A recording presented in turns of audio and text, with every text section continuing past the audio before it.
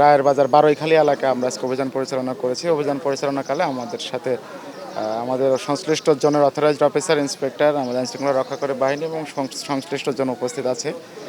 আপনারা দেখছেন আমরা সকাল থেকে অভিযান শুরু করেছি। এখন পর্যন্ত আমরা ১২টি ভবনে এখন পর্যন্ত অভিযান পরিচালনা করেছি। অভিযান পরিচালনা কালে আমরা যে ধরনের ব্যত্যয় দেখতে পেয়েছি, আমরা সেই ব্যত্যয়কৃত অংশ ভেঙে অপসারণ করে দিয়েছি এবং একই সাথে আমরা এখন পর্যন্ত ৯টি ভবন থেকে বিদ্যুৎ সংযোগ বিচ্ছিন্ন করে মিটার জব্দ করেছি। আর বেশিরভাগ ক্ষেত্রে রাজুকের মোবাইল কেটের ক্ষেত্রে দেখা যায় যে ভবন মালিকদের পাওয়া যায় না। এখানেও ঠিক একই ঘটনাই ঘটেছে। আমরা ভবন মালিককে বেশিরভাগ ক্ষেত্রে পাই নাই, যার কারণে আমরা জরিমানা বা অন্যান্য শাস্তির আওতায় আনতে পারি নাই। তবে আমরা যে মিটার বা বিদ্যুৎ সংযোগ বিচ্ছিন্ন করেছি, এটা একটা প্রতিরোধমূলক ব্যবস্থা। তারা ব্যত্যয়কৃত অংশ অপসারণ করে পরবর্তীতে যদি আবেদন করে, সেক্ষেত্রে আমরা মিটার রাজুকের চেয়ারম্যান স্যারের অনুমোদন করে মিটার দিয়ে থাকি।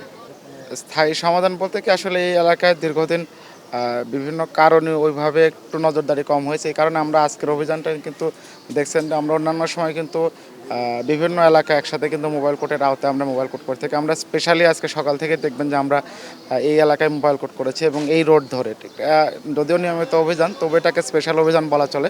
আমরা সকাল থেকে আমাদের অথরাইজড অফিসার এবং আমাদের জোনের অন্যান্য কর্মকর্তার সাথে আলোচনা ক্রমে আমরা এই রোড বা এই এলাকাটা আমরা স্পেশালভাবে আজকে দেখছি এবং পরবর্তীতে আমার তার সাথে আলোচনা হয়েছে আমরা সামনে আরও একটা দুইটা স্পেশালি এলাকায় অভিযান করব, যেহেতু এলাকায় অভিযান কম হয়েছে।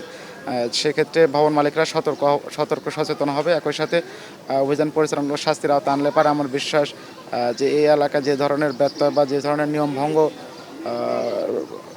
নিয়মভঙ্গের যে একটা উদাহরণ সৃষ্টি হয়েছে, এটা আমরা অনেক ক্ষেত্রেই প্রতিরোধ করতে পারবো।